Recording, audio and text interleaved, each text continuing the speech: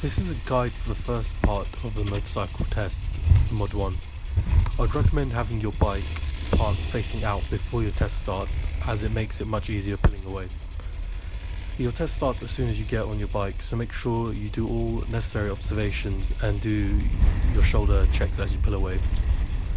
The examiner will open the gate for you, so ride through and stop at the entrance until he gives you further instruction.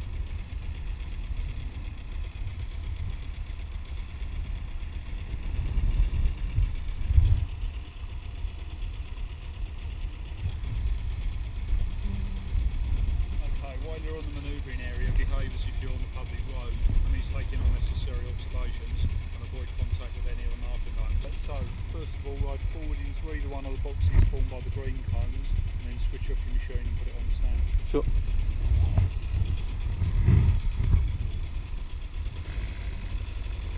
This is live footage from my Mod 1 test, so it's current and updated as of 2017. This was done on an A2 bike, but the tests are exactly the same for the AM, A1 and A categories, with the only difference being that it is on a different bike. So just park up on the bay marked by the green cones. There are 8 distinct and separate motorcycle maneuvers that need to be carried out correctly during the test to pass, and I'll be just providing helpful advice and tips throughout each step, just to make the test as simple as possible for you when you come to do it. So the first motorcycle maneuver is the stands and the manual handling. This involves wheeling the bike from the first bay that you are parked in to the bay that is next to it opposite. And also showing that you can just use the kickstand. You can either use your center stand or kickstand, but highly recommend just to use your kickstand, as it's much easier and it's not required to use the center stand for this maneuver. This is the manual handling exercise, so take your machine off the stand, wheel it backwards out of this box, wheel it backwards into that box and put it back on the stand again. Sure. Okay, so just kick your stand up, get a firm grip on the left handbars and on the rear of the bike, whatever's more comfortable. Do your shoulder checks before you start pulling away, and slowly start wheeling it out. Take your time, make sure you don't hit any of the green cones, and just try and get it as central as possible so you have as much space to do that. Once it's in the middle, just put your kickstand down, and that will be the first maneuver done. This is the slow control steering exercise, so ride a slalom in between the yellow cones, enter between the first and second cones. When you get to the 2 blue cones, ride a figure of 8 for 2 complete circuits. Right. When you've completed it, I'll pull you over to where I'm standing. Sure. Now, Josh, can you go past the yellow cone, the furthest yellow cone, while you're going back on the figure of 8? You can do, yeah. You should try and keep it in between the yellow. All right. So you can, but not too wide. Yeah. All right. Okay. So the second and the third maneuver is the slalom, followed by the figure of 8. So just get back on your bike, kickstand up, turn it on, do your shoulder check before heading off. Okay. Make sure for both these maneuvers that you keep the revs high, you make good use of the rear brakes. Try stick as central as you can to the cones, as it does make it a lot easier. Further you stray out, it does get a bit harder. And as you're coming up to the figure of 8, make sure you're using the space you have. Look where you're heading, use high revs again, and the rear brake to keep the bike stable. Make sure you don't put your foot down in either of these maneuvers, as it will result in a fail. If you feel the bike slightly dipping or dropping, do just release the clutch and it should help to stabilize it. As I was asking the examiner, you can actually go past this furthest yellow cone as I'm just passing now, and if anything, it will just make you go do the figure of 8 again if you do go wide. It is better than obviously hitting the cone or putting your foot down, which will result in a fail. So I just recommend just to make use of that space.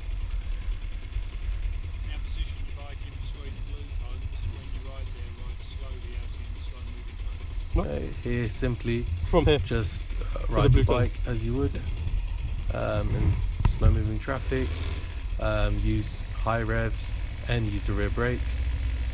Pull away and slowly creep up until your front wheel reaches the area, the box marked by the blue cones.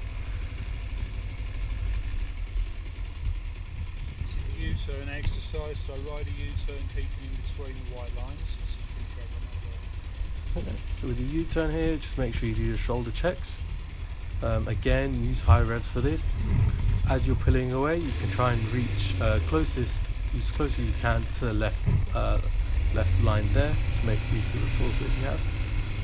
As you're about to turn, do your lifesaver and look to where you're heading to make sure you don't overmark Cornering and the right control line. stop exercise, so you're following the path shown by the red line. Right. So you go into the curve over there in between the red and blue cones, come out there in between the red and blue cones, then you come straight through the middle of all of these cones, stop under full control with your front wheel in the middle of this box.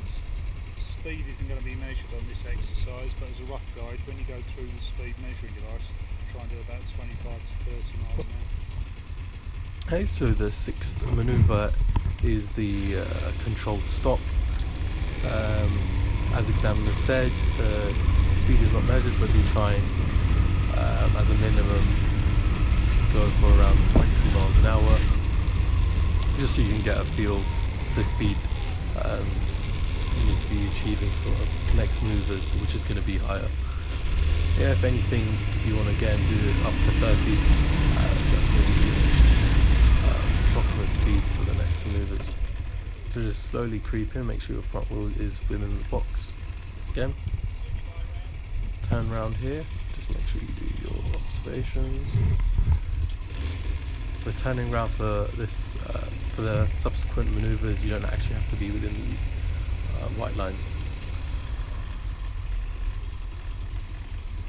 This is the emergency stop, following the same path round the curve and straight through. Speed is going to be measured this time, so as a rough guide, when you go around the curve, try and get up to about 30 kilometres an hour, it's about 20 miles an hour. When you come through the speed measuring device, you must reach a minimum speed of 50 kilometres an hour, that's about 32 miles an hour. Then I'll give you a signal to stop as in an emergency. The signal will look like this. I'll give you that signal to stop as quickly and safely as possible. Okay, so the seventh maneuver is the emergency brake. When you hit the speed trap, you need to do a minimum speed of 50 kilometers an hour or 32 miles an hour. There is a 1 or 2 mile an hour tolerance if you do not achieve this, and if you fall beyond that tolerance, the examiner will actually let you do it a second time. So as you're coming round the bend, open up the throttle a bit, making sure you hit the speed, and firmly press on the front brakes and the rear brakes also afterwards when the examiner puts his hand up. Make sure you do not lock up the wheels and you keep full control of the bike during this maneuver.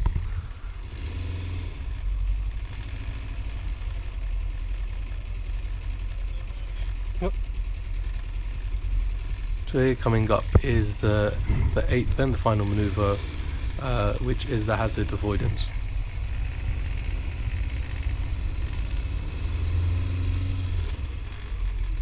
Was the speed okay for that? This is the avoidance exercise. This time you're following the path shown by the green line. So same way round, going over there, come out there. On the curve, try and get up to about 30k, about 20 miles an hour. When you come through the speed measuring device, you must reach a minimum speed of 50k, about 32 miles an hour. Then steer a path in between the blue cones there. Finish with your bike in between the blue cones here.